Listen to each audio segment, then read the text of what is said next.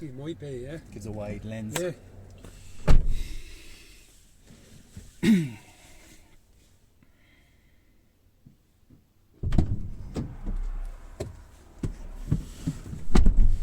Right, we are live. Part 2. Part 2. I feel like I'm going to work. Ah, no worries. Jiu-jitsu, purple belt. All round savage, Pat Davley. What's the story, man? Thank you. I feel like a white belt, I was telling you, after the year off from it, so I'm looking forward to getting back on the mats. I had just gotten the purple belt and then went to Africa the next day for 2 weeks and then came back to the pandemic, so I've trained once, I think, in the last year. I've been doing a lot of wrestling. Yeah. Not much jiu-jitsu, a lot of wrestling. Yeah. So I'm like ready to launch cunts. You suggested a bit of training today, but I miraculously have a sore back, so I'm working on my stand-up at the moment. Yeah, I was as I was calling Pat a pussy via message. I was like ready to get these man hands on him just to pit Dublin against Galway, but that happens. All good sport. That's what I like about jiu-jitsu. It's like, oh yeah, your man is blah blah blah. Yeah, I'm gonna bleed and mill him. Oh no, he milled me. That's cool. Yeah, you know, it's what it's all about. It's honest, Testing yourself. It's honest. Yeah, it is good. It is good. So as we were talking earlier on, so you started off in Limerick. Yeah, Limerick till I was 9 or 10, and then we moved to Galway. Family was from Galway. Dad was from Mayo. Mum was from Galway, and so they came back to be with their parents as they were getting older.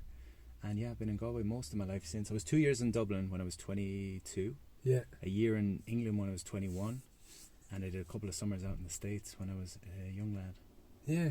And you were doing jiu-jitsu. I was seeing one of them Back in the photos. day, yeah. What was that when you started? So you started doing a bit of jiu-jitsu in Galway? I started doing judo when I was like 14, Okay. 15, and it was the first thing in my life that gave me confidence, because I'd always played team sport and I always had this narrative that I didn't fit in and I was an outsider. I was bullied a bit as a kid, and I just carried that with me for years. And I think when I started judo, it was the first thing that gave me confidence. It was lifting weights, and I was doing judo from 14. It was funny. I wanted to be a professional wrestler. I was deadly serious about becoming a wrestler, and I contacted the wrestling school in England. I said, I'm going to be a wrestler. What should I do in the meantime before I finish school? And they said, do judo so you can learn how to fall without hurting yourself, and lift weights so you can build your body up. And I went back into school the next day, and the law of attraction had judo classes on at lunchtime, and I just took to it. I loved it. Found the UFC tapes back then. That was around, I think it was UFC 38. Was a brawl at the Royal Albert Hall or whatever else at that time. Yeah. Did a bit with Mark Leonard and those guys back at Point Blank, the original Point Blank in Galway. And then I decided to go to the States and try and do the whole MMA thing for 2 summers. So I was daft. I was no good, but I just said, fuck it, you know. But I shared something there the other day, and I'm firm, like, some of my best experiences in life, and I'd recommend this to everyone's planning and goals and what they want to do, and some of my best experiences in life and countries and things I've done came from them fuck it, let's do it moments. Yeah. You know, just like plan, fuck it, we're doing it. Yeah. It's some of the most fun times. I was talking to someone last night and I was saying if there was one skill that we all could develop more of that I think would have the biggest impact on us all, this is a massive judgment on my part, but in my own life, it's probably decisiveness. Because you think about most of the stress in your life, it's kind of like, I think about rock climbing, and if I'm stood in my spot and I start to move one leg, there's a huge amount of energy in that transition between the two. But once I confidently step onto the other leg, everything, and I think decisiveness is a bit like that when you're kind of humming in hands, there's a lot of energy behind that in anything. Should I be in this relationship? Should I be in this work? Yeah. I think if you can get a bit more like, right, I'm doing it. Yeah. I definitely had that energy when I was younger of, let's go, you know, do things and fuck it up, and ready, fire, aim, isn't that it? Rather than aim it, mess it up and then figure it out. Yeah. But yeah, first day out in America at that time, War Machine, you know War Machine? Yeah. I walked up to War Machine because he trained in the gym. I was like, do you want to spar? like, thankfully he had broken hands or something at the time, he couldn't spar. So I sparred Dominic Cruz that day. Sound? Yeah, he was WEC, he had just fought Uriah Faber. So that was like, it was a different lifetime, but it was savage. Yeah. But that's then I came back experience. It was cool, and it was like everything was under one roof, so I was spoiled, and I lived in the gym out there, and when I came back to Galway then it was piss and rain, and I had to cycle to judo classes and then to boxing, and I just kind of packed it in and found the drink and women. What age were you when you came back? I was 20. Okay. I was 19 the first year and 20 the second year. Yeah. Yeah, it was good. It was a mad experience. It was like, I remember being at the airport with my dad, bringing me to the airport, and just going out there and not knowing anyone and leaving for the first time for 3 months, first time going away, and my dad shaking my hand. That kind of awkward moment where so yeah, that was. I must be a bit weird, but like any time me and Yvonne have ever gone to them places, like I relish that experience. Going, I'm going to a place where I fucking know nobody, and there's barely any Irish people, and I love it. Yeah. Like that, like in South America or whatever. I remember we got onto this bus one day, and Yvonne goes, "This is the wrong bus. We're going to a different place." Like fucking sound. I've never been there before. Yeah. Yeah. You know, it's they're good old experiences. And that was a different. I mean, most of my generation, not generation, most of the people around me at that stage were going to San Diego. San Diego was the place for the J1 visas. But all of my friends from college and stuff were over the far side on Ocean Beach, and I was over in North Park, which was just a bit grimy at the time. But I was training, and then maybe once every 2 weeks I go down to Tijuana in Mexico with them. Yeah. It was just a different life. But yeah, like you say, environment is so important, isn't it? When you step into an environment where you don't have to be who you think you're supposed to be. Yeah. That's where shifts happen. Uncomfortable. And I'm saying that like it's uncomfortable. Like when you're in that, like you don't know anyone and you're meeting these new people and there's all these. It's like everyone. It's like a new dog to a pack. It's like, okay, where do I fit in here? You know, it's finding your spot. Yeah, and I suppose you consciously get to choose where you fit in. Because if I grow up in the same place and I live my whole life there, it's very hard to... It's doable for sure, but you do develop a narrative. Like I say, my narrative for 32, I'm 33 now. It was only last year I started saying, wait a second, I've believed since I was a kid I don't fit in. And I've carried that. Despite being in, you know, whatever you believe about yourself, you'll recreate in different experiences. And I always found it was like, I'd always keep people at arm's length, because the younger version of me was still living inside.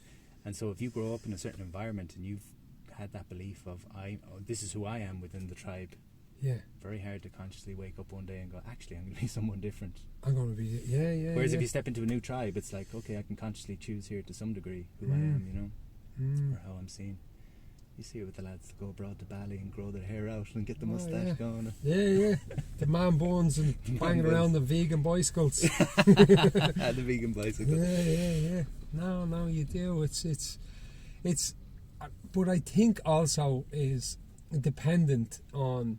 You can stay stuck in that place of that kind of I'm not worthy, or you can get that indecisive and uncomfortable with it. That going. Something has to change here, and do the work. But like even doing the work, it's a daily grind. There's no arrival. Oh, finally, here I am. It's a work in progress. Yeah, and then you die. Then you die. Yeah. It's like the jiu-jitsu thing, isn't it? Like you think when you get your blue belt or your purple belt, everything's going to be different, and then they tie it. And then you get your ass kicked 10 minutes later. You're like, oh Jesus. It's the I'll be happy when syndrome that we all kind of fall victim to. And that's like out of balance thinking. Because the reality of all situations is there's always a positive and a negative in every situation. You win the lotto, there's going to be a lot of negatives to that. You'll have people pulling money out of you. Equally, you lose someone you love, and there's a lot of positives to that, because suddenly you see who actually is in your life for the right reasons, who's there to support you. You find out about resilience. So I think the I'll be happy when thing is like an out of balance fantasy. Yeah. Someday I'll wake up and it'll be all positive and there'll be no negative. Yeah. And once you give up on that illusion and you say whatever I achieve, that's why I suppose you have to choose your challenges, isn't it? Like, because life's going to give you different shit sandwiches. You choose the one that you're like. I'll get up every day and train for jiu-jitsu, and it's tough, but I like it. Yeah. I wouldn't get up and train every day for anything else, because it wouldn't make sense to me. You know, you have to find meaning in your suffering, don't you? Yeah, no, and I hear you on the jiu-jitsu front. Like, it's I get, like, I go full tilt into things and I really get obsessed by things, but like jiu-jitsu has probably been the longest kind of obsession that I've had that's kept me there, you know, and not even the lockdown. I've still been doing it during the lockdown, but it's I think about it a lot, and I don't know what it is when you step on the mat, or even when you, what type of sport. I don't know if there's many sports that you take a serious beat down, and you feel a bit shitty after it and the whole lot, but you can't wait to get on the mats the next day. Yeah. It's what Peterson talks about, finding that the biggest burden you can find and bearing it. That's what I find jiu-jitsu is. I'm carrying this thing through, and then for the younger young fellas that me and you get our hands on that are purple belts, and then we smash them up, they're going home going, Jesus, them out fellas battered me. It's all good. When I met Max a couple of years ago, I don't know what competition we were at, and I met yourself and Max. Oh, yeah. And you used to jump in there for a photo of the two of you together, and Max put up a photo, and he says, the caption was, great to see the older fella still getting on the mats. Fuck. I went home and looked in the mirror. I still think I'm 16. No, sit here, so do I. Yeah. So do I. It's all good. But so with the jiu-jitsu, you haven't been doing much at the moment, but are you planning, have you any trips planned or anything like that with regard to it? I was travelling a lot the last couple of years. Like You've done loads of competitions over the past while. Yeah, and I was enjoying. I was probably overdoing it, but I think I've done 50 countries or something in the last 4 years. So when lockdown happened, there was no rhyme or reason to it. It wasn't like I'll go and travel South America. I was like, I'll go to Ecuador, and then I came home. And then it was stupid at times, but I had some good adventures. And so when it was lockdown and it was like, right, you're in Barna now for the next 15 months. A lot of people around me were like, you must be dying to go travelling again. It's actually been really grounding to be in one place and, be beside the beach and just kind of find that different rhythm of life and maybe have a new chapter. But no, I just look forward to getting back on the mats. I think I want to be more balanced in general.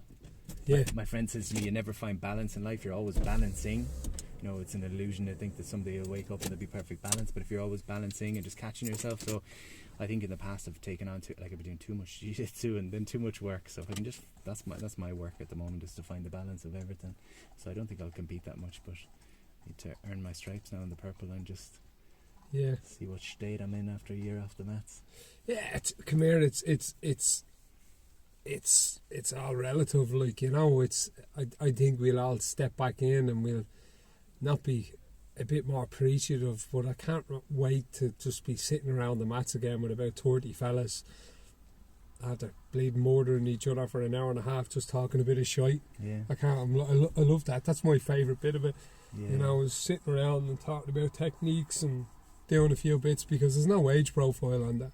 Yeah. I doesn't, and it's like jiu-jitsu is even the person, the beginner or the older person. It's like if you smash someone up, they want to know, when I was doing this, what did you do? So it's always like sharing knowledge with each other, and it's a good old experience, It's the most welcoming community I've been a part of. Yeah, like same as yourself and Max. Be travelling around the place, and they won't take money off you barely to train. There's something to it. It's funny, the yoga thing. People are mad into yoga, and people are like, oh, what is it about the yoga? Like, what? If you don't get it, you don't get. And I don't get the yoga thing. I went to do my yoga teacher training thinking I'd get the yoga thing, but still didn't get it. Yeah. But similar with the jiu-jitsu, I think when Russell Brand and some of these well-known characters are taken to it, mainstream people are saying, what is it with the jiu-jitsu? Yeah. It's hard to put your finger on it. I think it's community and physicality and mentality and competition and tribe, I would say, is the main thing with it. But yeah, I like that. I always, I cycled, I ran, I done crazy stuff, and I always kind of chased adversity. But cycling, you don't have that kind of sense of community. Running as well, I ran with groups and stuff, and they're all cool lads and all, but jiu-jitsu is just different. It's like, oh yeah, I kind of belong here. I just, it takes a little while, and you kind of go to this place and it's like, oh, I'm not feeling it here, and you go to that place and I'm not feeling it here, and then it's like you get to a place and you're like, no, once I arrived into SBG, it's like, no, I'm feeling it here with these guys, you know what I mean? And it's the first time I felt that, and maybe because I'm a bit older and I don't have to be the best. Do you know what I mean? And it's a cliche, but it's about self-improvement. Do you feel that? So that's what it's about. Yeah. It's about self-improvement. The reason I never got anywhere when I was younger with it was I was always living in the future again, and it was kind of like, when I was planning 10 steps ahead, and I was just not enjoying the process of it. I enjoyed it when I first started the judo and stuff, but then started thinking, where will I be in a year? Where will I be in 2 years? And Yeah. when I look at Max, that's what I see that's great with Max, is a lot of the younger guys are doing it to, I don't know, they're thinking about getting sponsors before they've even had a competition. Yeah, but yeah. Max seems to just do it consistently to do it, because he Yeah. loves it, you know, so I think Yeah. that's, but yeah, going back to it older, you're just like, again, the ego part is somewhat gone, so you're like, oh, this is not who I am, this is a part of who I am. I suppose when you're younger you think it's who you are, and so you have to look a certain way, whereas when you're older, like, this is one part of me. So it's a regret that I stopped when I was 18 and went back when I was 28, and it's the best thing I've ever done. Yeah. Purple belt's my proudest accomplishment in life, I would say. I was going to ask you about that. You just answered the question that I had in my mind. Like, after me kids and stuff like that, like, I've done some cool stuff. A purple belt is the highest accomplishment I've ever achieved in my life, because to achieve purple belt, I know all the blokes that I started with and trained over the year, I don't know where they're gone. Yeah. They never stuck it out, so I would echo what you just said there, you know. I really would. Like, and your first day when you come in as a white belt, the purple belts are like absolute wizards. You're like, how did this happen? Oh my God, it's a purple belt on the map. Don't look him in the eye. Oh Jesus Christ. That's what Paddy Hewlett said to me. He goes, do you know how long it takes an average person to get a blue belt? I said, no. And he says, an average person doesn't get a blue belt. This is very good. Yeah. And with the yoga thing you were speaking about, like, and I look at jiu-jitsu this way as well, you know. Somebody go, oh, who do you train with? You know what I mean? It's like judgment call. It's like, my guru is better than your guru. And yoga is like, I train down there on Fridays and some mornings with Leah down on the beach. Oh yeah. And episode 21, I think she was. Episode 21. Yep, Leah. Episode 21. But I like, what I like about yoga is, it's just, it slows everything down. I'm like, fucking, like, I wouldn't like to go into a classroom under fucking lights and all that type of We do it on the beach down there. I'm hearing we do it at 6 in the morning, so there's birds flying around and just waves. Yeah. And whether it was in the piss and rain, I'd like to do it rather than, do you know what I mean? It just feels more natural. Yeah. Because I couldn't, like, go into a sweaty place with, like, glass, and I wouldn't be into that. You know what I mean? It's like we were saying earlier, but you put an animal in the zoo, and the animal gets sick. It's not the animal, it's the zoo, it's the environment. And for us, like, we're putting ourselves in crazy environments and living in front of screens. And I was telling you, I've been a ball of anxiety the last couple of weeks from the colossal amount of screen time, and just like recognising that and saying, nature, I need more nature and stuff. So it's all of this madness that we've been in the last year is calling us back to a proper way of living, isn't it? Yeah, no, 100%. And I even with sea swimming, I'm doing it a little bit of time, but I am always kind of the underdog type that's like, oh, all you guys are doing that over there, and that's the right thing to do. Enjoy yourselves. I'm fucking off over here. Yeah. I'm just always that way. Oh, what's the majority of people doing? What do they think is right? Oh, over here. Okay, I'm going this way. I don't like signing up into that. You're a bad person. We're all over here. Tell you what's funny with that is, like, I'd be the same. I was telling someone, I remember being back in school and loving the Arctic Monkeys. And one day one of the girls showed up, one of the cool girls at school. She's like, I've heard about this band called the Arctic Monkeys. I was like, oh fuck, the Arctic Monkeys are dead to me now. Fuck them. But as I get older, I start to recognise, I suppose, again, everything as a shadow. So I'm like, right, where is that appearing as a shadow? Like, where is that actually holding me back? Like, being this guy that doesn't want to go with what the normal is. At some point, your medicine becomes poison or whatever the expression is. And I'm like, right, there are times where that stops me from... I'll almost judge people. I'll be like, oh, he's super popular. I don't like popular people. I'm gonna fucking know the guy, you know. So it's interesting to kind of recognise your patterns and be like, right, even your values, like the things you value the most, have a shadow side, and they stop you from doing certain things, or they limit you. Everything's a limitation in some way, isn't it? So just checking those assumptions, I think, is important. Go swimming with the mainstream kids. See, the cool kids. Cool kids. And I loved your story. It's I suppose it's echoed by everyone. It's like, okay, your story when you first came to Dublin, about, oh, I'm going to go up here, and it kind of reminds me of, no, this is what country people do. They go to the big city, they make, and my friend lives in Switzerland, so my brother lives in Switzerland, and he tell me about all the Portuguese. So what the Portuguese do is they go up to Switzerland, they go to the big cities, work their bollocks off, and drive home then to the small village in the big bus. You know what I mean? I've made it. Yeah. Look at, oh Jesus, Pat is up in Dublin. Yeah. So tell us about that story. I love that story, you know. Before that, real quick, before I forget it, my dad told me this story of, and I think my dad, you know, sometimes when we tell, the reason we tell stories is because they help us make sense of the world. Yeah. Like Joseph Campbell obviously talks about, but I think my dad was talking about himself when he told me this story, but he was on about, I think it was Charles Handy maybe. There was a guy anyway he was a big hotshot that went to the big city, made a load of money, was super successful, and his father passed, so he had to go back home for the funeral, and so he drove back, and he got caught in traffic on the way back, and he was thinking, oh Jesus, I'm going to be late for this thing, huge traffic. He's like, what's going on? And it transpired his father, there was a massive queue, the whole village was out for the father, because the father was so well liked. He was a very simple man, a very normal man, but everyone loved him in the village. And as he was driving out of the funeral afterwards, he said, fuck, if I died today, there'd be no one at my funeral. I'm minted and everything else, but I don't have that impact on people. That was nice. I came to Dublin at 22. That was, I think the recession was at its worst, and I just landed a job up here in a power plate gym, which is where the machine shakes and you stand on the machine and it's up in Goatstown.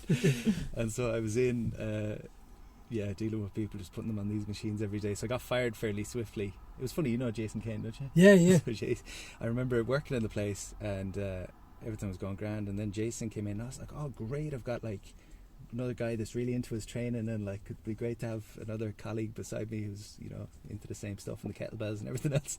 And I got fired the next day. I said, oh, Jason's my replacement. So I went out on my own then and tried to get the personal training business off the ground, and I was teaching boot camp classes, and I was training the celebrities up here, the models and stuff, but I wasn't making any money. But yeah, in retrospect, it was all insecurity, thinking like, never had confidence, never had self-belief, and I suppose when you're missing something, when you feel like you're never missing something, you just have a story that you're missing something. So like at our core, we have it all, right? So it's I had this narrative that there's a wound, there's something missing, and I need to fill the wound with something out there. And validation was my drug of choice, I suppose. Yeah. And so failing with that business was just shame is the big word that comes to mind, because we talk about our relationships with our dads, and my dad had always kind of told me this isn't going to work, there's no industry for fitness, and I was adamant like, I'm going to show him. Yeah. And your dad's the guy you want to impress the most, even if it's out of spite that you want to impress them. I think, you know, there's that father son, there's something there for sure, particularly as you come of age, and you know, I think when you grow up, your dad's your hero, and then at a point maybe it can sometimes go the opposite way, and you kind of rebel against it, and you want a different life, and there's tension. That's normal. That does happen. That's completely normal. They talk about rites of passage in the older tribes. Your dad wouldn't bring you on the rites of passage. Your uncle would, or someone, because dad, there was too close. There was too much tension there. So anyway, coming home, I came back Christmas 2011, and I was just shook. I had some very dark nights in Dublin, walking around the city and kind of sitting at the docks and saying like, what? I was too much pride to go home. And I'm writing this book at the minute, and I said my dream had turned into a nightmare kind of thing. I was just self-medicating with a lot of alcohol and everything as well up here, and it's just in the horrors. So that was kind of Dublin, and came back, tail between the legs on Christmas, and I think it just amplified everything, the Christmas kind of experience, because all my friends were coming home from wherever they had been, and I'm bumping into family friends, and they're telling me, oh, my child's doing this and my child's doing this, what are you doing? And I was like, fuck, I felt such shame, because I saw how hard my parents had worked for years to kind of put me in a position where I could go and, you know, finish, and help me get through college, both academically and financially, because I didn't think I was very academic, and they got me through a master's in exercise and nutrition science, and I thought, right, better go and kind of show them it was all worth it. So yeah, I came home Christmas, and yeah, I felt like the worst in the world. It was awful. Yeah. And like, I know your story. With that failure comes the boot camp, and at that time, I'd imagine, because some of my best experiences in my life have been complete failures, disasters, and I look back and go, I'm fucking glad that happened. I'm so glad that happened. And I know you're similar with you, but if you look at all them, I know your story on the beach, and all them 90 people or 100 people, and the guards pulling up, like, I'm sure you set them off on their way to kind of do their own thing as well. So with your crushing experience of that, which was crushing at the time, comes all the good shit. Oh yeah, I mean, the wounded healer. I was talking to you about this concept of the wounded healer, and the wounded healer is we're wounded. We have our struggles. We go and seek the medicine. Like, we go through adversity. We go through some challenge. We meet our demons. We have a, you know, the hero's journey with this call to adventure, and you can either embrace the call. Yeah.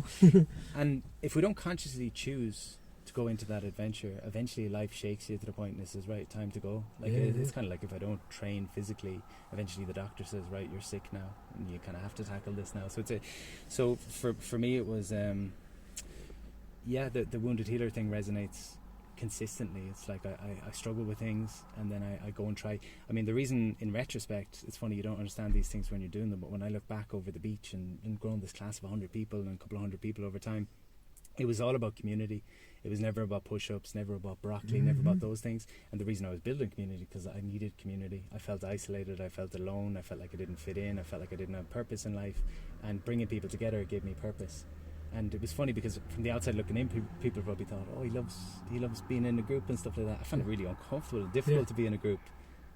But it's like at the moment, I lead meditation every morning at 7:30 for 200 people for the last 12 weeks. I needed that. I needed to get up in the morning and have a purpose and have a reason to get up. So I think that's the secret, if you will, in life of meaning and purpose, is find your struggle. That's where your purpose lives. Find the medicine, do the work, and then come back to the village. You know, if you think about that, that's how it would have worked. The shamans back in the day, we had a village of 150 people. Everyone kind of had their role. So you might be the personal trainer, the next person's the doctor, the next person's the herbalist. We all had a role, so we all had purpose. Now the modern world, if I'm working for someone else and I don't feel appreciated and I feel I'm replaceable, that's where this meaning and purpose thing can struggle. But if everyone contributes to the village and we all come together and we all look out for one another, the whole ecosystem works. And that's kind of become disconnected now. So I think for me, the role, if you will, is that wounded healer thing of to figure my own shit out. Okay, I'm insecure, work on the insecurity, try share what I learn. And that's like what the community you set up in Galway with all them different people. It's kind of, I'm sure it was set up out of necessity, and then it grew, but it kind of, it happens here with the sea swimming community, happens south side with the sea swimming community over there. There's all these people now of necessity have come together, and then they kind of stand back and go, hold on, there's actually something in this. But it's the most natural thing in the world. We've been doing it for hundreds of thousands of years, but our modern society has disconnected us that much. But now we need something like this to go, because community is where it's at. Yeah, and I think one of my biggest revelations, I suppose, the last only the last year is that healing happens in groups. I used to probably throw the eyes up to heaven at the word healing and think, oh, here we go, healing and trauma and these words. But I mean, effectively they are. A friend says to me the other day, if their little kid has a teddy bear and the older one pulls the teddy bear out of their hand, as far as that child is concerned, that's loss and abandonment, you know. But we get damaged, if you want to call it damaged, or we get wounded in relationship, and so it only makes sense that we also heal in relationship. Like, I find I used to be really self-conscious about dancing, and the last 2 months with the meditation group I've said we're going to jump on 10 minutes early and we're going to do ecstatic dance, which is just where you let everything go and da-da-da. And again, I was backing myself into a corner and I was saying, well, if I promise them I'm doing it, I have to do it.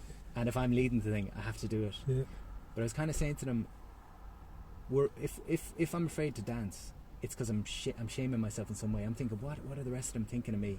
But if I can let myself be, and the only way you can let yourself be is to feel safe, and the only way you can feel safe is to be in an environment where you feel safe. That's why when we change, it can be difficult, because, like, I don't know, if I try to create change within my current social structure, it's different for them and it's overwhelming for them and it doesn't feel safe for them, so they're not going to make me feel safe. Whereas again, if you come down the beach, no one's going to be looking at you and wondering what you're wearing and stuff, because it's a safe community. That's how you heal, because when you can show up as yourself, I suppose, like 12-step meetings or anything else, or a therapist, if you get a good therapist, holding space is the idea of when you're sad, can I be with your sadness without trying to fix you? Whereas what most people try to do is, if you tell me you're sad, I have never been with my sadness, and so I try to fix it. I'm like, well, you should do this, and you should do this, you should do this. So I think by learning to be with different parts of ourselves, And the way we learn to be with different parts of ourselves, there's the inner work of our self-work, but also that being in a container where, say my men's groups, I'll bring my loneliness to the table, and someone else will say I get loneliness too, and I'm like, oh, I feel a bit more normal now. Yeah.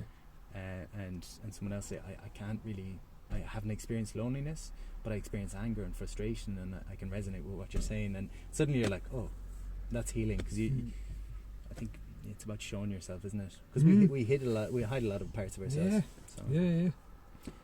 Now people, like normal people, and I would have done a lot of reading, and there's no point in me talking about this stuff and talking about jiu-jitsu. You have to get your fucking hands dirty. Yeah. You know what I mean? Yeah.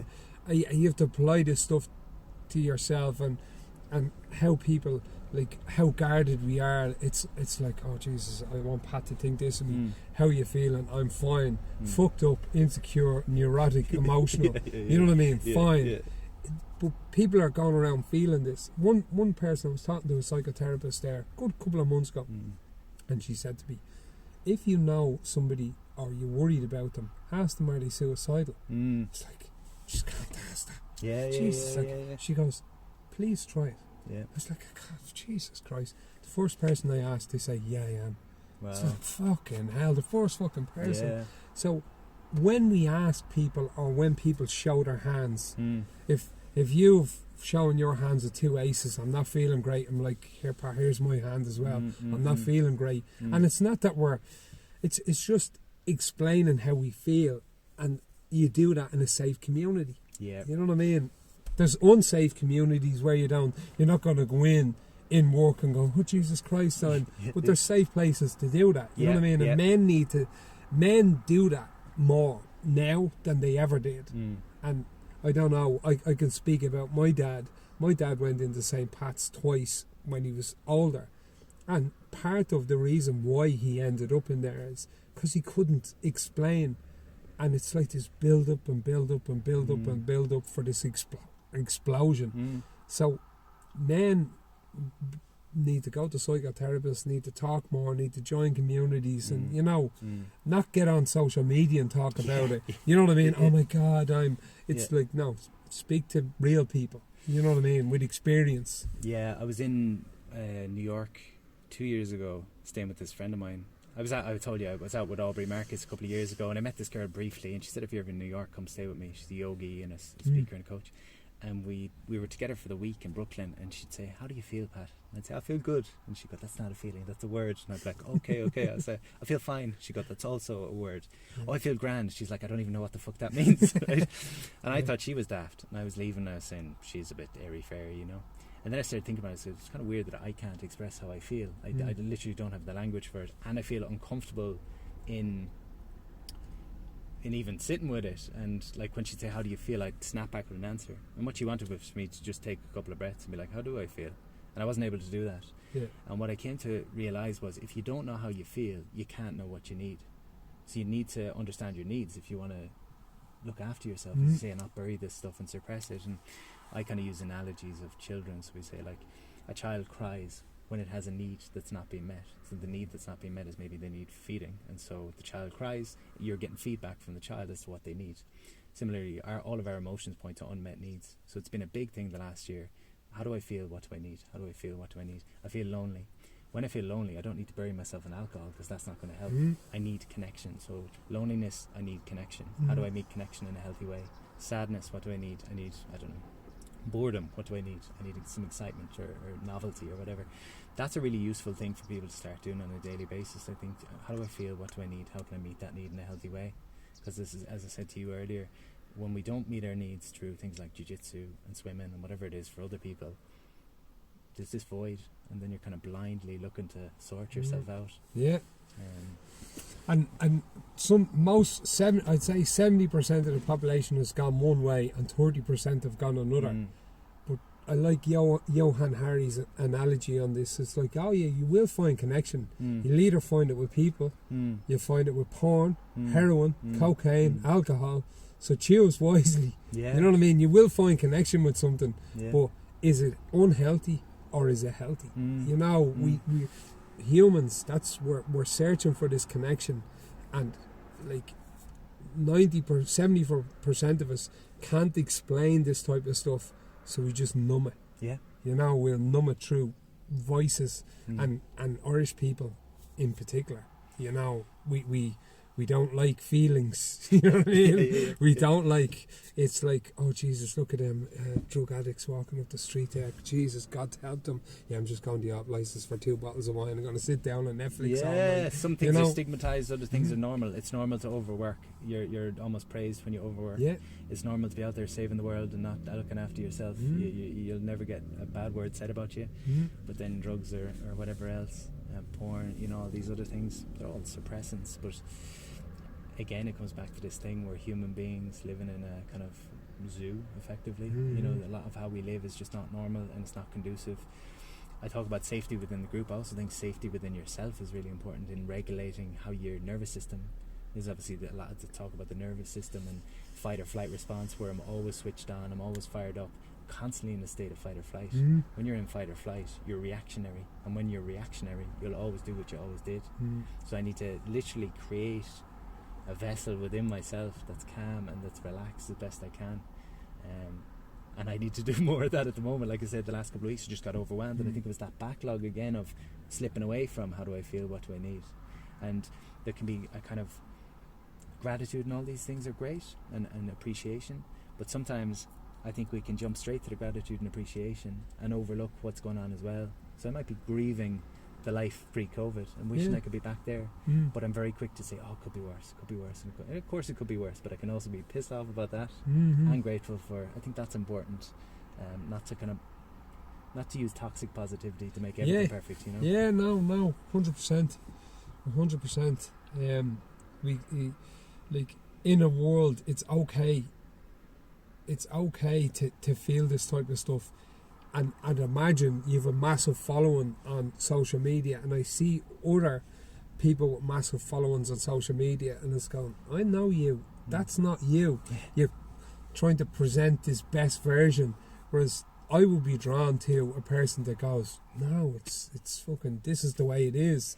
You know, that speaks from the heart and speaks not truth, but do you know what I mean? Speaks fucking normally, rather than hiding behind, oh my God, it's amazing and everything's amazing. Manifestation. It's like it's fuck me. It's like just like it's all good and all that, but like it's like, get your fucking hands dirty. That's the bottom line. Get your fucking hands dirty. You know, get in the fucking sea. Get fucking strangled. Get beaten up. Get battered. Put yourself in situations where you're completely fucking uncomfortable. And look at the parts of yourself you don't like, I think, is a big thing. You know, like, figure out what you don't like. That was a big, you know, when I talk about that Dublin thing, coming back from going to Dublin was to try and fill on an insecurity. So I was trying to, I say you can come from wounding or worth, right? Wounding is, I set my goals based on trying to, you know, heal an internal wound. But there's, I think Russell Brand said, there's never an external solution to an internal problem. And so I can spend the rest of my life, and again, I look at my dad, like, a lot of my behaviours in life were driven by wanting my dad to say, I'm really proud of you and you've done a great job, but that was never going to come. And I chased a lot to get that. I could have lived the rest of my life that way, until I kind of woke up and I said, wait a second, he is proud of me, he just doesn't show it. I laughed. I say, the way my dad shows he's proud of me is where he'd be very stoic, man, like Irish man, you know. I shouldn't generalise Irish man, but you're kind of traditional Irish archetype of stoic. The way my dad tells he's proud of me is my uncles and aunts around the house at Christmas, and Sheila Shoiger or Grania Shoiger comes on the telly, and Dad will go, Pat's friends with them. And I'm like, for fuck's sake, tell me you love me. But like, if I feel wounded and I try to do things outside of myself to fix the wounding, it's kind of just running around in circles. Whereas if I feel wounded and I say, what is the wounding? Where does that come from? What can I learn about myself through that? That's how I come to understand myself. That's how I look at my darkness. And that's how Carl Jung said 90% of the shadow is pure gold. So if I can look at my shadow aspects, you know, what are the parts that I see in other people that I don't like? What do I see in myself that I don't like? What triggers me? What upsets me? And what can I learn from that? It's easy it's easy to feel positive when you're positive. It's hard to, you know, go into the shadow. Yeah, when it's easy to do with us in the van when financial fucking woes are circling, and it's real easy to be positive when, you know, you've a few quid in your pocket and there's not a care in the world. But like that going internal, Like, that's where all the magic is. Joseph Campbell talks about it. They all talk about it. Like, okay, I'd like X, Y, and Z. But really, I'm probably going to have a boost of energy for about 15 minutes, pulling me flute out, showing everyone, look at me, and then I'll be left with myself. You know what I mean? Whereas when I go in and do that stuff I don't really want to do, that's where the magic happens. Well, jiu-jitsu again. You get your belt tied for about 30 seconds. You had about hundreds of hours that went into it. You know, and 50 blue belts lining up trying to smash your head in. Trying to take you downtown. It's true, different levels, different devils. Now it's I do, and I'm always attracted to your stuff, and I listen to your podcasts because you talk about like Carl Jung and you apply it. You're not just talking about it, you apply it to yourself. It's like, here I am, naked in front of you. You know what I mean? I'm not coming out with all this stuff and not applying it to myself. I know you apply it to yourself as I try and do, and you're not holding yourself up as my guru is better than your guru. You know what I mean? That's what I'm attracted to you. Plus, you do jiu-jitsu. Makes me uncomfortable, the thought of, like, even because with the work, with any type of work, people will project onto you. So, like, some of the people that come to my courses would project onto me that I've got the answers to stuff, and I can tell them all day that I don't, but they still will inherently do it, a percentage, and it makes me really uncomfortable because I'm like, I've seen it with myself. I've put people on pedestals in the coaching space, and then I meet them and I'm like, oof, I feel let down. Then I have to question myself and I say, wait a second, they didn't let me down. The picture in my head of who they were, it was different. Like, they never said they were perfect. I decided they're supposed to be perfect. So they have all the answers. So I sometimes feel, it makes me feel a little bit overwhelmed sometimes, and that's why I try to soften as much as possible, to say, I'm not telling you what to do, I'm just suggesting some things that have been useful for me. I try to hammer that home all the time, because like when I'm overwhelmed or anxious or nerdy, I'm like, I get in my head and I'm like, I can't believe people listen to me. Why the fuck would they listen to me? I was doing a corporate job last week, and I think it just took on a lot recently. I was doing this corporate job and I felt a panic attack coming on. I hadn't had a panic attack in years, and it wasn't nerves, and it was just this build up of stress. And I saw in my head everything slowed down. I said, oh fuck, here we go. The mental health speaker's about to have a panic attack live. This is the end of my career. So I was like, close your eyes, we're doing a meditation. There you in the go. middle of a talk. That's taking action. You know, fucking, I tell you, it's taking action and feeling it coming on, rather than going into fucking knowing how to slow down, knowing how to calm down, and getting your shit together. Like, getting there. It's just catching it now, I think, is just catching these patterns. That's what it is, I think, all the time with everything, isn't it? Catching your patterns a little bit quicker all the time. Oh, I'm reactive with my partner, I notice it now. The next time it happens, I'm a little meditation's the same thing. I get pulled away, bring myself back, pulled away, bring myself back. It's a constant practice, all these things.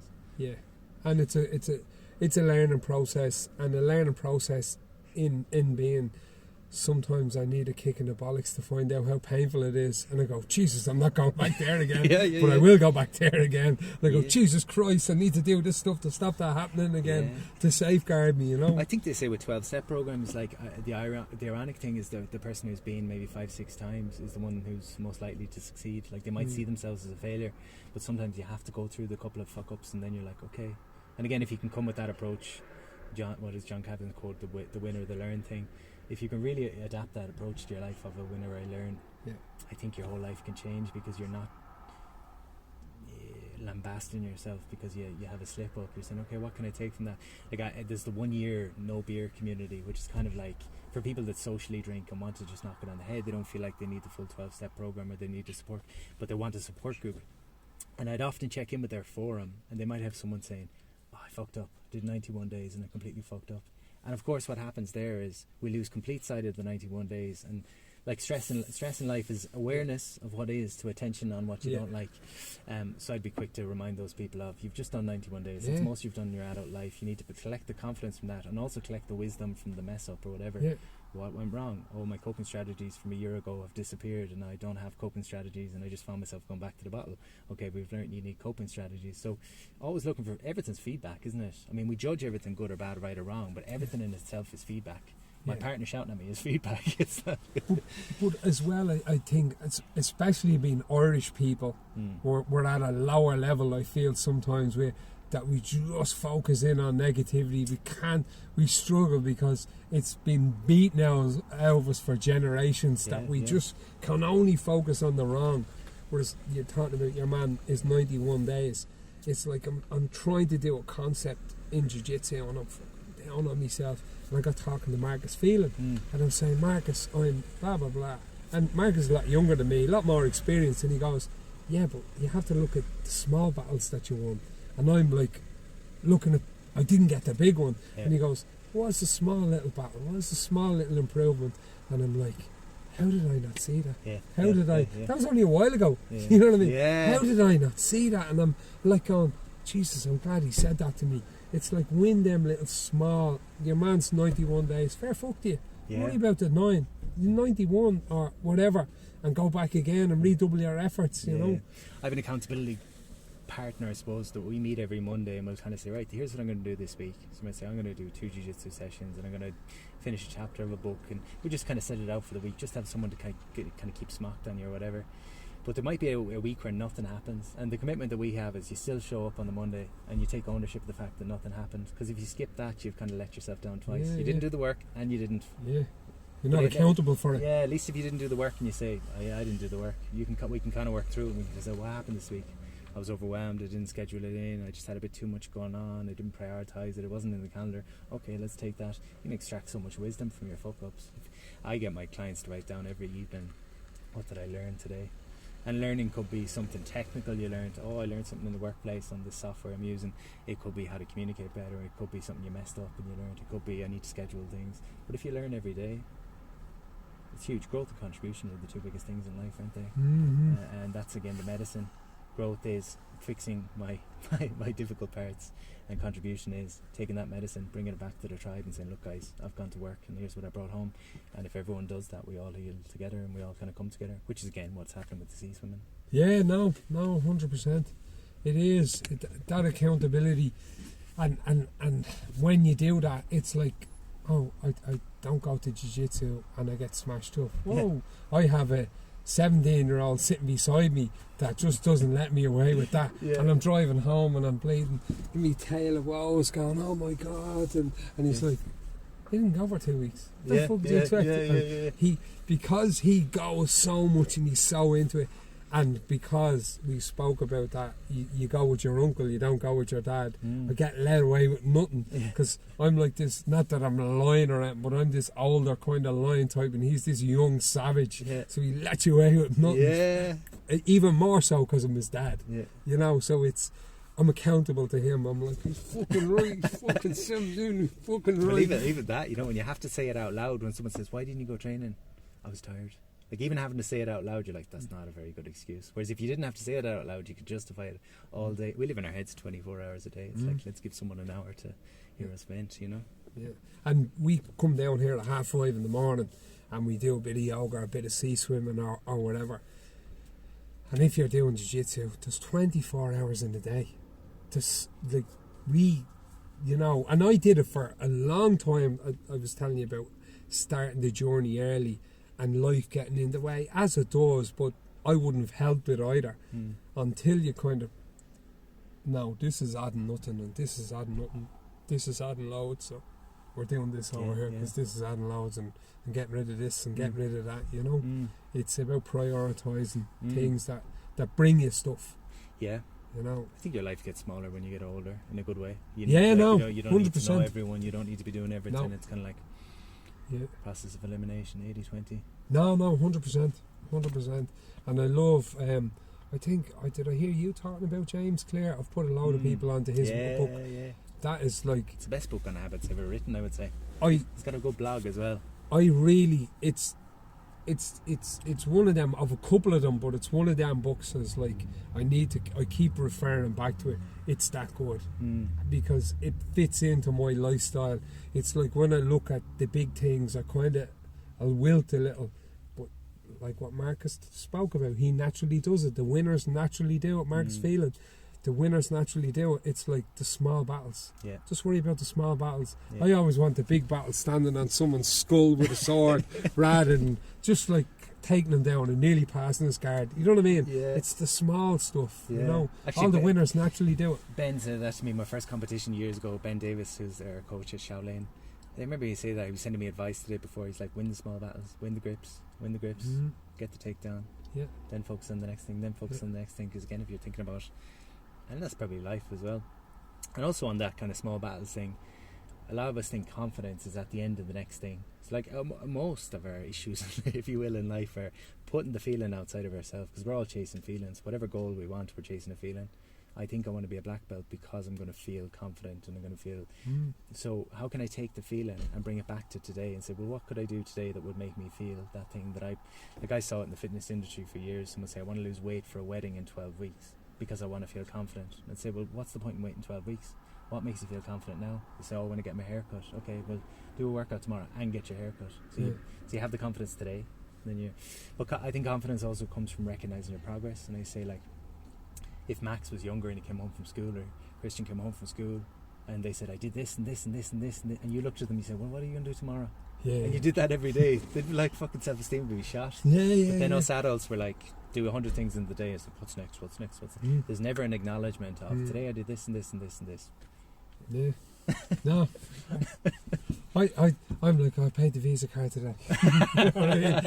I got a nice coffee. yeah. Got a Starbucks. Constant. Kept these little small stuff. Kept Starbucks in business. Yeah, kept Starbucks in business. But no, it's good stuff. It is good stuff, you know. And then, like, that's the happiness, or say that's the confidence thing.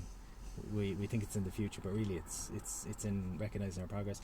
The happiness thing, again, the I'll be happy when story, we think it's in the future, but really it's someone had a kind of axis that they showed. I thought it was quite good on this. They said some people are miserable today but think they'll be happy in the future.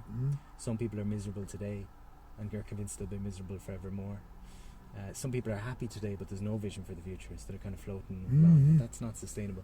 I think happiness in today and a vision for the future is kind of the sweet spot. So it's kind of like, I'm going to climb this mountain, but I'm sure it's my mountain. I'm not climbing someone else's mountain, and I'm going to enjoy the climb. Because most people are trying to rush to the top of the mountain thinking it's magic up there, rushing to get to the purple belt, rushing to get to the... And miss the bit in between. Miss everything in between, miss the people you're climbing. I mean, I did that when I grew that business in my 20s, definitely. I was going a million miles an hour. Some of my friends called me out that I grew up with. They said, we don't see you anymore because you're obsessed with this business, and you're obsessed with making money, and you're obsessed with all that. And that was, again, a slap to the face and kind of wake up. So, and that's why jiu-jitsu, I think, came back into my life. The two things, jiu-jitsu and mountaineering, when I was 28, was... I'd ended up in psychotherapist, and when I achieved all the goals, so I came back, failed with the business, spent 4 years relentlessly going after things, and it went from 5 clients to 20,000 clients. So it was huge growth business wise. I bought a house. I couldn't pay the rent. I bought a house, bought a car. Everything was kind of ticking all the boxes, and I got them all. And I'm still overwhelmed and miserable. There's something wrong with me. I'm flawed because I could point to things. I could always point to things. I'm bullied. That's why I'm sad. I'm broke. That's why I'm sad. My dad's hard on me. That's why I'm sad. And now suddenly I'm like, I have nothing to be sad about, and I'm sad. And I went to a psychologist, or one of the psychologists. I don't know which ist I went to, but she said to me, and it always stuck with me. She said, "You have a fire alarm in your house that keeps you safe when there's a fire. It goes off when there's a fire." But she said, if the fire alarm goes when you use the toaster, you're in trouble. It's a pain in the arse. And she said, your fight or flight response is useful when you're in danger, but if your fight or flight response goes, jiu-jitsu and mountaineering were two things where I climbed a couple of mountains. There were 21 days on the mountain for 10 minutes at the top. You're kind of like, you better learn to enjoy the journey. You know what I mean? Or the jiu-jitsu, you better learn to enjoy the journey, because you can't be there just to get through it. That'd be miserable. So I think those two things helped me come back to the speed of life. Yeah. And I climbed a mountain in New Zealand with Yvonne. It was like an active volcano. I saw that, yeah. And Mount Rubeho it was called. And we were in such a fucking rush, and we missed it. And I was in such a fucking rush to do it that I missed it. And all the other smarter, older people just took their time. Yeah. And me and Yvonne gone through, and it's like Mount Rubeho. It was kind of active, so it shook a bit. Yeah. But we were in such a fucking... I treated it... And I think that comes with being younger. Yeah. And just being that impulsive. Whereas being older now, and even to get to blue belt, and you probably feel the same, I fucking thought I'd never get a blue belt. Now I'm a purple belt. I don't want the fucking brown belts. I just want to fucking kill everyone at purple belt and kill all the uppers and kill all the blue belts. Yeah. I don't want fucking belts. I'm just fucking loving being where I am. Yeah. You know what I mean? Yeah. It's a nice place It's to a be. good place you know? to be, and then that opens new doors, because again, I suppose I need to feel safe within myself, safe within my environment. I actually was talking to someone about this yesterday. I was saying, if I'm struggling to pay the rent at the moment, it's very hard for me to be thinking about how to improve my life, because I'm in a stressful position. I'm just trying to keep my head above water. Yeah. So if I can create safety, again, physiologically, mentally, cognitively, socially, any of those things do allow me to, and again, if I'm not rushing myself to get to brown belts, and I'm just saying, I'm just going to do well today, that feels safer than I need to get somewhere in a certain period of time. So I think I always ask people in seminars, like, when do you get your best ideas? And it's always when I'm sitting on the toilet, when I'm in the shower, when I'm out for a walk, it's always when you're relaxed. So again, I'm just obsessed with this idea of, at the moment, of how do I create safety? How do I send a signal to my body and my mind that I'm okay? And it's yoga, and it's meditation, and it's good people around me, and it's all these things, because most of us are like this all the time, walking through life. I think of when I was 26, I'm going at 1,000,000 miles an hour. There's this older guy, and he says to me, you need to slow down, you're going to burn out. And I was, again, young ego, you're just like, nah, I'm different. You don't get it. I eat this shit up. Yeah. I live on this stuff. You know, how bad do you want it? Sleep is for the broke. And now you look back and you're like, oh. And I really, the last year in particular, I've really seen, I've had this longing for elders. And I think what it is, I was saying to you earlier, like, traditionally, again, back to the village idea. If I had kids, I'd be out hunting and working during the day, and my parents would be looking after, the elders would be looking after the kids, and they'd be passing on the wisdom from the generations. And now the older people in life get put in nursing homes, and we just forget about them. And it's kind of like they've got so much there, and if I had been willing to listen to elders a couple of years ago. But I think what I've recognised with social media and stuff, everyone's a fucking expert now, and everyone's putting out stuff, and everyone's self-proclaimed experts, which makes it hard again to feel safe and to feel like you can trust what's been said and what's been, whereas I feel the elders, I'm like, these people have 40-50 years of meditation done, or they've 40-50 years of whatever it might be. That's where you can find the trust, and we all need that. I started having I'm into the dream analysis a bit, but I started dreaming about meeting my granddad, who I never would have known, and I was saying, that's a sign to me that I need to find older men that I feel can hold space for me. And again, when I'm feeling a bit rattled, they're not just going to try and fix me. They're going to be like, oh, this is a part of being a man, you're supposed to feel rattled sometimes, this is a bit of spiritual emergence or whatever it might be. No, I'd agree 100%. You get plenty of them down there. They've more fucking experience than I have had failure. Do you know what I mean? They've just been around, and they just, they know a lot more. They do know a lot more. And I think, again, going back to the village, if my parents are looking after my kids, the kids are benefiting because they're getting the wisdom. But the parents are benefiting too, because they're getting to share a part of themselves. They're getting to pass on. So again, as an adult, you acquire the medicine, and you learn, and you develop your skills, and you develop your mindsets, and you develop your experience of life. Then as an elder, you pass it on to the next generation coming through. But that's not happening now, because the younger people are not listening to the older people, because we're all narcissistic and we think we've got to figure it out. Oh, take an ayahuasca. I fucking know the secrets to the universe. It's like, well, I'm manifesting. I'm manifesting. And it's just a shame, because we're tribal beings, and we're all supposed to operate in a way in which, again, as young people, we're supposed to feel held by older people. As older people, we're supposed to feel held by the younger people, and it works as a cohesive unit. It doesn't work in isolation. And I mean, you look at the rates of depression around the world. The biggest rates of depression are in the countries where we're individualistic and we're obsessed with getting somewhere, like America and these places where the American dream, which has turned into an American nightmare. I want to get ahead. Whereas you look at the societies where it's about the village and looking after everyone, they're just a lot happier in themselves. And that's one of the secrets of these blue zone countries or whatever. Community. That community and looking after each other, and it's for me, that's what it's about. It's like, if you gave me 10 million tomorrow, Pat, and I mean this, I'd probably move a bit closer to the beach. That would be about the height of it. My life wouldn't change. I'd still be doing jiu-jitsu, I'd still be sea swimming right here, nowhere else. I'd probably be taking a few more trips over to swim around Dogs Bay and Roundstone and out in Galway. But that'd be about the height of it. It's a great place to be. And really, anyone wants to give me 10 million, I'll fucking show you. Because that's what, like, we'll buy a few privates with John Danaher. Yeah, maybe we might go to Puerto Rico actually, for some privates with John Danaher. But that would be because this is happiness. Yeah, that's what it is. Yeah, for me anyway. This is happiness. My family are down here today, friends. You talk with different people. It's fucking bliss. Like. And again, the past, I think, leaves clues. The people that think, not without judgment, but if I think that when I win the lotto I'll be happy, you can look at your past and you can say, what are you most proud of, most inspired by, most fulfilled by? It's not going to have been winning something that just happened by luck. It's going to be the things you worked for. And it's kind of like, well, if you take that, you say, I'm proud of my purple belt, that required a lot of work.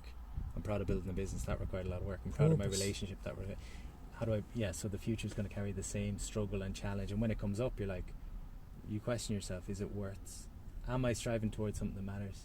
You get guys like Philly McMahon, the amount of training he will have put in for the last 15 years, for someone that loves football, that's so worth it, and he's reaped the rewards. For someone that wouldn't have liked football, they would have been on the complete wrong path, you know what I mean? So you have to be honest with yourself about what your path is, and you can't lie to yourself, can you? We've all done things for other people, and we've all done things for a validation and approval and acceptance, but it just doesn't.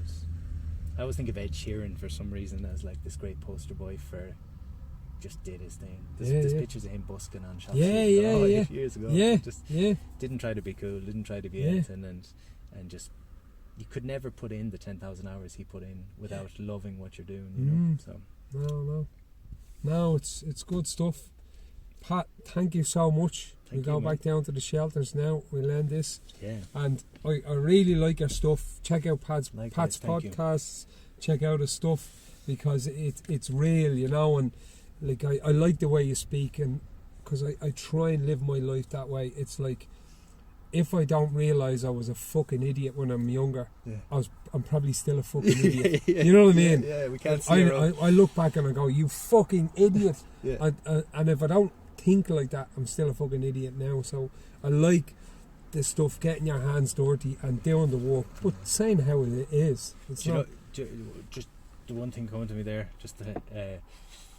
someone said to me recently, your emotions always point to what's in the unconscious. And I think that's kind of interesting. Like, again, when I have emotional reactions, we know it in terms of when I point the finger at you, there's 3 pointing back at me, but really starting to notice that could be a nice little idea for us all to work on. Where do I get emotional? Because the emotions are triggering stuff in the unconscious that we haven't made conscious, and the more of that material that's in the unconscious that we can bring up into the surface, the more resilient and the more conscious we are, because we choose based on what we're aware of as opposed to choosing based on. Anthony DeMello said it. Anthony DeMello is my favourite teacher probably. He said, what you're aware of, you're in control of. What you're not aware of is in control of you. Anyway. Thank you, brother. A nice way to end. Please like, subscribe. We have a YouTube channel. The link is in the bio on this. Please get over there, subscribe, hit the notifications button. Follow us on Spotify, SoundCloud, and swim, do jiu-jitsu, find the burden and bear it. Yes. Yep. Thanks, man. No worries, bud. That was...